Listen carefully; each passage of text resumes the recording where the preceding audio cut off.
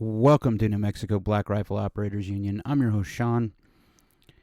You know, if there was ever a reason, not never, a reason never to give up your firearms, you have to just look at the news, what's going on in the world.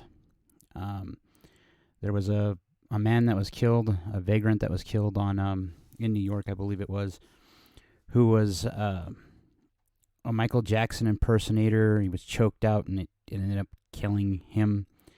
It looks like the guy was more violent than what they're actually advertising on, mainstream media. And you have to look at independent content creators like myself and Tim Pool and other people to dig into it. The Pulse Millennial did a really good job, and so did Andy Know about talking about this stuff.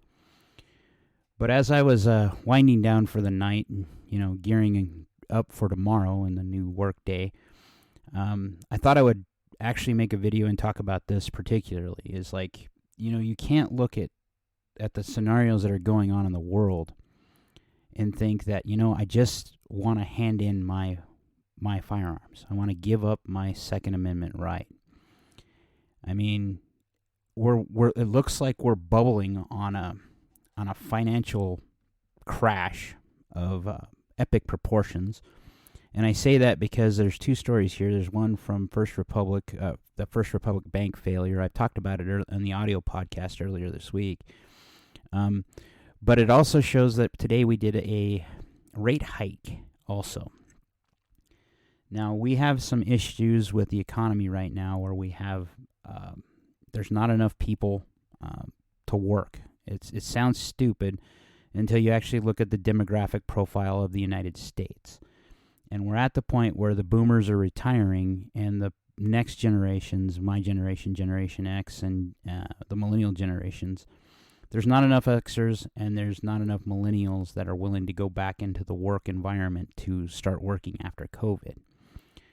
And Generation Alpha hasn't even gotten into there, to the work environment yet. Now, we're in that weird place that all it's going to take is enough of these countries to get off the American dollar, and it looks like that's what they're trying to do with BRICS. But it makes you look really carefully at what would happen. One of the things that the 2A guys have always been good at, and what we do innately, is we kind of prep. And in prepping, we have ammunition and we have food and stuff for our families. And I'd like to spread that to anyone who isn't in this community yet, or who's just now coming to this community, because you can look at the world around you right now and see that it's kind of going to hell in a handbasket. And it needs to be, you need to start taking care of yourself. Now, I don't know what we can do for the bank collapse, to be honest, because if the dollar fails and they actually do force us to a digital currency, which I think is what they're trying to do, because they can program it and turn it off and on, which allows you to, not us, but allows the government to turn off your dollar if you're not buying what they want you to, or using your money as you see fit. This would affect the 2A community immensely, because then you wouldn't be able to be buying anything, ammunition or firearms, because the government doesn't want you to. And I could see that coming down the pipe. Now, there's, I've mentioned Peter Zehan a couple times, and he's mentioned, I mentioned him because he's interesting, and he talks about demographics a lot, which made me do a lot more research into it myself to see what was going on. And it's, when you look at that, he talks a lot about not a lot, but enough about the digital currency, and that the American Fed, or the federal government's federal bank, has no intent or interest in doing that because it would be too cumbersome. But you can't look at, First Republic Bank failing and their takeover by J.P. Morgan in the middle of the, early hours of the morning without saying that something shady's going on. Because it looks to me like a lot of the little banks are about to be gobbled up, especially with this rate hike stuff.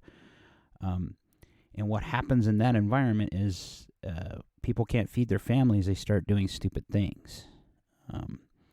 I say it often here on this podcast. I say it on the audio podcast a lot about stay strapped or get clapped. I have a kind of an ex-friend, not an acquaintance is what I'd call her now, who called me tonight to say that her business had been possibly burglarized, and I don't know why the hell she talked to me first instead of calling the cops or something. But anyway, I digress. It's because I guess I'm safe and I know enough about firearms and I'm trained enough to where I can clear a house, or I could be that person to respond, I guess. I don't know. I should be thankful somebody was thinking about me. But the same time this happens, and I mentioned this morning on the audio podcast, if you're looking for me and you're trying to get into what I'm doing, and I thank you first off, but you can find me on all audio podcast platforms.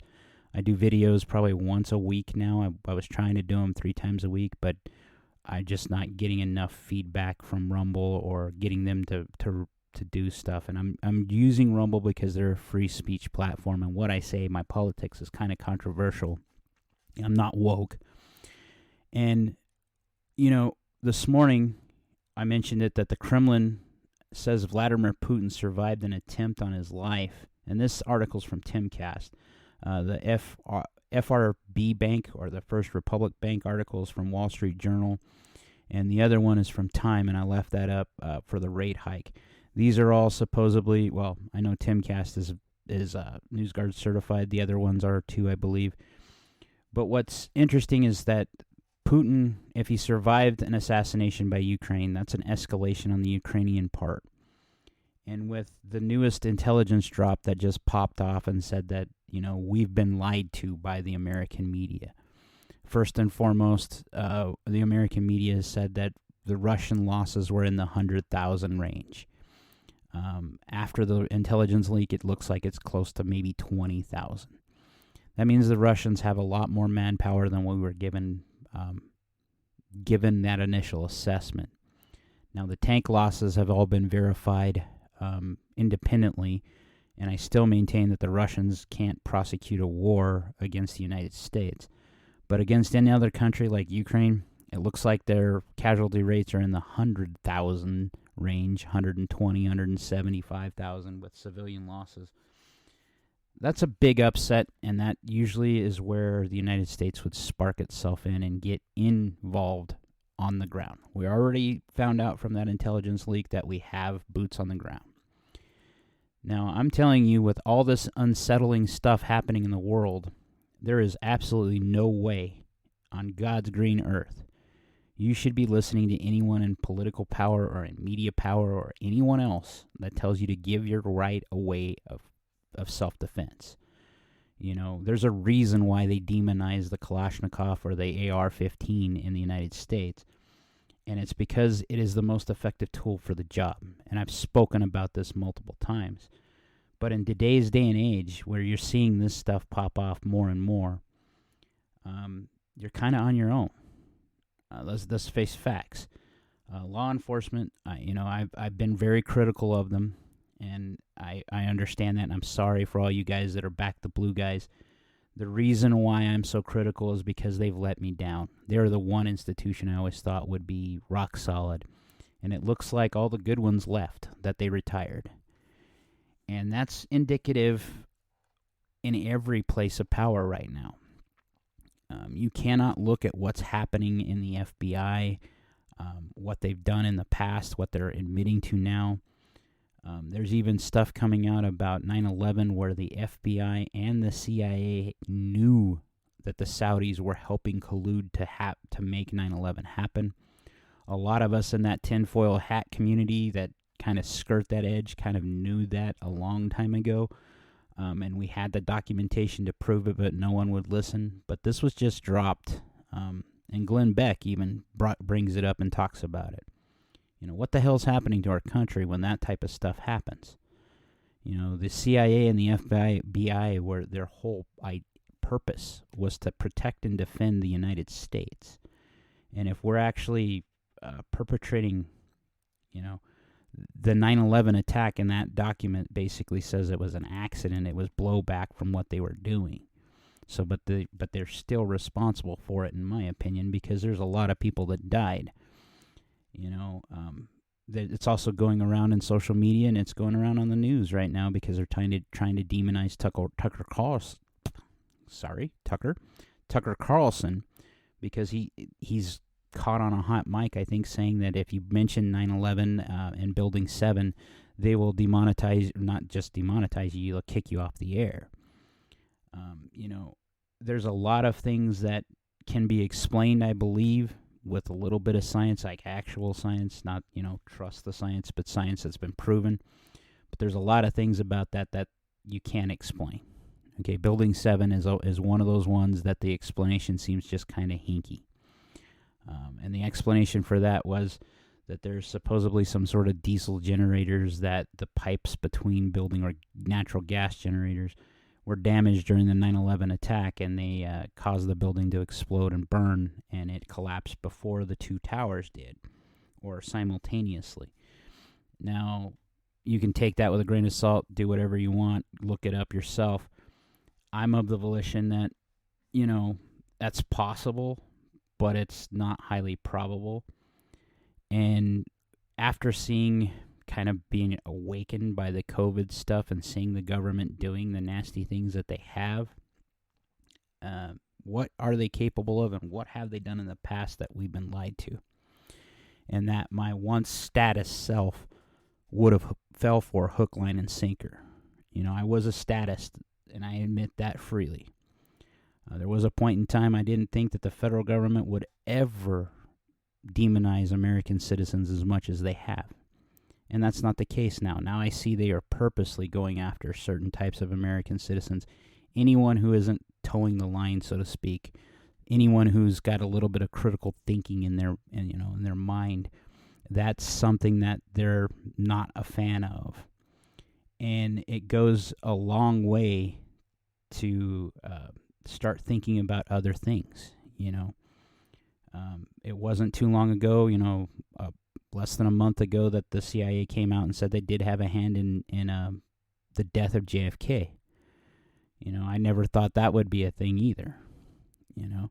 I never, for the life of me, would have saw New Mexico State PD come into local businesses and kick them out when they're trying to do what businesses do, and that's make a living. And then to see your local law enforcement guys just stand by and let it happen. I absolutely think that there are good ones still there, and there are a lot of good people that are trying to be law enforcement agents, but they're given a black eye and then some, just like teachers. All this woke crap making it into the educational system. You have to look at it and go, well, why? And it's because of things like the World Economic Forum that are pushing diversity, equity, and inclusion. And, to a lay person, to someone who's just learning about this stuff, that seems like it's not that big of a deal. I was taught in high school and through school, my public school education up into college, to be colorblind.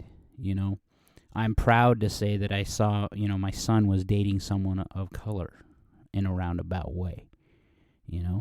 And I think that speaks to how I was trying to raise my kids, was that the content of the person matters more than what they look like. And it seems like we're going in reverse.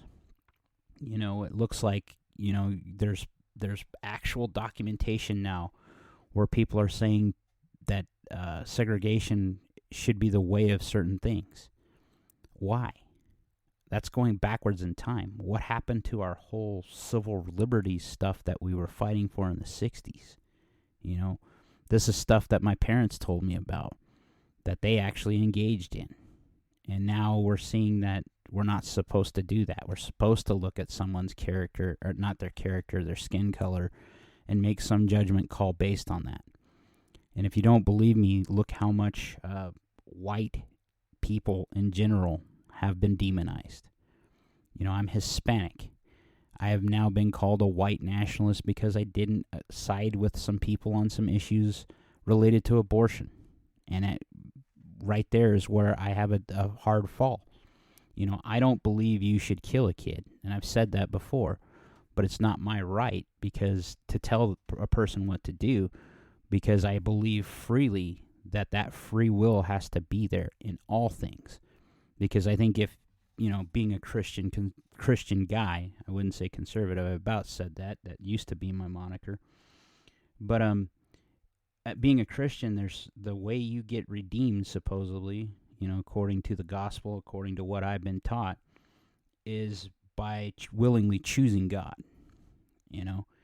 And if you're not willing to choose God freely by making your own decisions freely, and the state does that for you, that negates a lot of what a core tenet of faith is for me.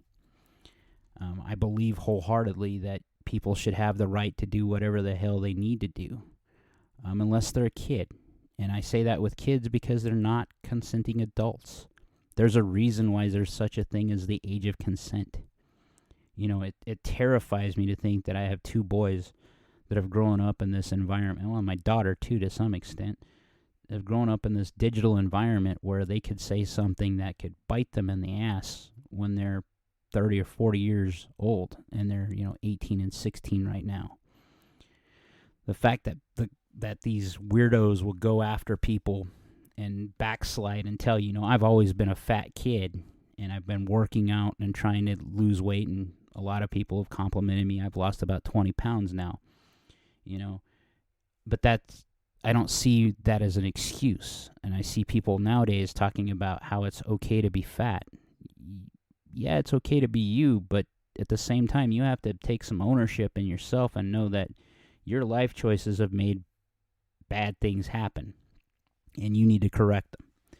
And I've been correcting them with diet and exercise, and I continue to do this. And why am I doing that? I've said it on the audio podcast multiple times.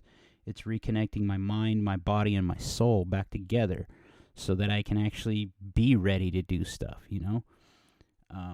I love Eric July. I mention it. That's why I have his track as my theme music or my intro music, and it'll probably be my outro music when I start doing this live. And the reason why I did that is because Eric says something that resonated with me, with be great. And with all the changes that have happened in my career space and everything else, I started listening more to his stuff, and where he was saying, get up off your ass and get to, working out. And there's really no excuse for me. I mean, I've always had the time. It's just been, I'm so tired after work, and I get it. But if we're going to have to go into this new environment where weak men created hard times, and that's where I believe we are in the fourth turning, two things come to mind. Number one, I'm not giving up my self-defense. And number two, I'm going to go hard and heavy and try to work out as best as I can and get in the best shape I can in case I have to do something more than what I've had to do my entire life. At 45, it's a hell of a lot harder to get in shape than it would have been when I was 18 or 16. And I blame that partially on upbringing of Americans, But it's also myself. At any time, I could have stopped it. And that's what I think America's totally lost its self, in that they think that the government should do something. And never in the history that I've ever read, of actual history, not the good stuff where, we all gather hands together and sing Kumbaya in a drum circle, but the history that is metal as hell, have I ever seen that a weak person rose to an occasion, or that giving up your firearms or your right to self-defense ever ended great for anyone that did it in history? You can look at the Native Americans, for instance, if you're an American. You can look at Nazi Germany. You can look at the communists.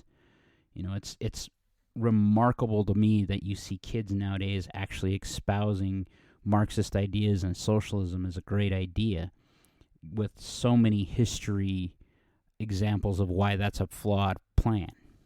And you have to look at the public education system and why did that happen? It's because the history standards were changed. The history standards in the United States have basically went to shit. We started looking at stuff that was, it was too dark and too evil for some of the stuff we've done in history, Americans have done. And the truth is, we have done a lot of bad things, but we've done a lot of great things. There is no better country on planet Earth, and that's why it's so disheartening to see this stuff. It's so disheartening to see so many people who are so intelligent or seem to be intelligent then turn around and say, no, I want reasonable gun control and I want you to give up all your shit, basically. I want you to be just as defenseless as me. And they're okay with the state having that power, but you not having that power, or they not having that power. That's not okay for me. I'm not okay with letting the American citizens down or letting myself be a ward of the state. The state didn't raise me. My mom and dad did. The state didn't raise my kids. I understand what they're saying when, it's coming out now that like Biden said it, where you need to be, the kids that we have are not just your kids. They're the government's kids or the American kids. I understand where that comes from in the public education system because we are always taught in the public education system before I left it that we have to raise these kids or help raise these kids because they don't have parents that are willing to engage and do things with them. Well, that's on us. Be a parent. I adopted my kids. I brought them to me. I got to pick my family, and I try to do my best I can.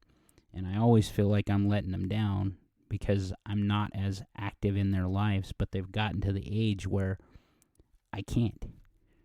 I can do two things right now. I can support them or I can finance them. They're at the age, I have two adult kids now. My youngest one, he acts like an adult, and he's always had an old soul. But he's an amazing kid, and I'll back him forever. But when you look at this stuff and you see what's going on, I worry about him because these guys live in that digital environment where they're bombarded by lies. Because there's a lot of media entities and a lot of corporate entities that willingly spread misinformation. I've been called that on Facebook, a misinformation spreader, even though I vet most of my information. There was a point in time where science was actually theory, and if your theory didn't hold water after being scrutinized, it didn't hold up and they changed theories. Nowadays, we're told, trust the science by Fauci, who seems to be the guy that was backing all this stuff and may have led to the actual release of COVID-19 from China, doing gain-of-function research. So with that being said, and looking at the political environment and the environment we live in today, how is it that we can honestly, as Americans, look ourselves in the mirror, turn in our firearms, and become wards of the state? Because that's not American. The America I grew up on and what I feel is necessary is that, first and foremost, men need to be men. And I don't mean to be turds. Manners maketh the man. It was on the Kingsmen. That's true. But there's such a thing as being able to be a man, be masculine. That's first and foremost if you're a man. Second thing is, the America I grew up on is people built things. They did things. They just didn't want to be influencers, and I do this more as a hobby than anything else. But it would be a great career as I finish, as I do my business too, because it could help back the business is what I'm looking at. But, what started me down that path of doing this type of thing was not to get rich and not become famous or anything like that, is to speak truth to power. New Mexico Black Rifle Operators' origin was to stop the gun confiscations in New Mexico and spread the word of being a 2A advocate. I think of when I was get back on that train of thought where I was talking about America I grew up in. I was envious of pioneers when I was younger because they came to a land, it was already occupied, but they came to an unspoiled land with only the stuff they could carry in a little wagon, and they made their way, and several generations later, you end up with us. We had some growing pains. We had a fight where we had a civil war. But we got back together. Is that where we're headed to? Or are we in that civil war and it's just not a hot civil war? I don't understand, and I think I'm just venting frustration on some of that stuff. The America I remember is you made it on your own. It wasn't handed to you. It wasn't given to you. And now we have a generation of kids nowadays, I think, or that are becoming adults that actually think that's how it should be, that it should be handed to you. Starting a business for me has been one of the most difficult things I've ever done. It also seems to be one of the most rewarding things and scary things at the same time. And I think that's part of the American ethos, is that if you're going to do something, you do it on your own. You force yourself to keep it and make it work. We got to the society where if it doesn't work or if it's slightly broken or damaged, discard it. Why aren't we fixing it? Why are we making things so faulty that we can't fix them, that they have to be discarded? There's a reason why things used to last longer. It was because they were built different. And as manufacturing, I hope, comes back to the United States, with China being the turd that they are, and us having to realize that, having things like vitamin C, the only source, vitamin C pills, that is, made in China, is probably a bad plan. We should probably get some of that back in the United States. Yeah, you may pay a little more, but you're actually helping Americans. And it sounds bigoted, but I think helping the United States should be our first priority. I look for made in America. I still look for that stuff, but trying to find things is hard. But I take the same tack that I do with everything else. 3/4 of what I spend are with people that don't hate me. That other quarter is for anything I can find that's American that I need. And that's what I think we all need to do, is get back to supporting one another and building a community. I'm telling you right now this because I care about my fellow man, my fellow American right now. That right now we're in troubling times, and it is the absolute most piss-poor idea I could ever think of, to hand in your guns, give up your rights, and not fight back against these people that are trying to take them. Because they will do bad things to you if you do. We have an apparatus, an industrial military complex, coupled with a giant state of government, big government, that has no problems or compunction about coming after certain people if you are deemed an enemy of the state. So I leave you with those thoughts, and please don't ever get whatever your weapons. I know my audience itself won't, but spread the word. Take a newbie shooting. Talk to one of these people. Part of the reason, some of these people you can't talk to, but some of them are still reasonable. I have some liberal friends that still, to this day, I could talk to about some of this stuff, and they may not agree with me 100%, but they'll at least give the idea some mileage. And I've converted a lot of them to where they're actually willing to listen to 2A arguments and actually have a debate about it. And we've lost a lot of that in today's society, and we need to get back to it. I don't think society is broken. I mean, it's broken, definitely broken, but it's not gone. It's salvageable. I don't know if some of the institutions we came to rely on need to exist anymore. But I definitely think that the American people are the best. All this crap about the trans stuff, I've talked to gay people. I've talked to actual drag performers just to see what their take was. What I got was surprising. A couple of them were very much, in the camp that this should be happening. The rest of them weren't. In fact, one of the, gay married couple, one of the husbands there told me that he absolutely hates drag, and that it was the drag performances he had seen were nowhere near okay for kids. But our society is now saying that if you don't indoctrinate our kids to this stuff, you're a bigot. No, I think I'm defending my kid. Kids can't consent.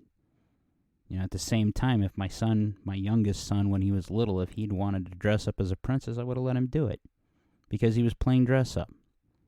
My youngest son wanted to be a duck. I'll never forget that little conversation when he was very, very little. And nowadays, would I have to transition him into a duck? I absolutely would fight for my family and my close friends. And I'll damn sure try to fight for my community. That's what New Mexico Black Rifle Operators Unit has always been about. And that's where I think we need to start putting our line in the sand and being willing to fight and say, no, I'm not going along with this. Give up. It sounds hard, and it is hard to give up a career or give up a job or move or anything like that. And I've been considering moving a lot, even with me starting a business. And the reason why is because of how New Mexico sides with very leftist policies based on 3 cities. Not everyone else. There are 83 counties, I believe, or 83 school districts in New Mexico. And I would say a good 3/4 of them are very, very much in the camp of, no, we're not going down this path. Don't make us go down this path. But the 3 largest ones absolutely are. And it never fails. They seem to get their way.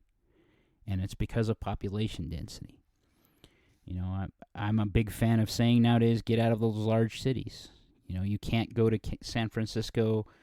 Having been there once before, I wouldn't go back. It was nasty then. I can just imagine what it's like now, where they have poop patrols going and picking up human feces. The country's in decay. Stay strapped or get clapped is what I'm basically saying. Like, share, subscribe, be great.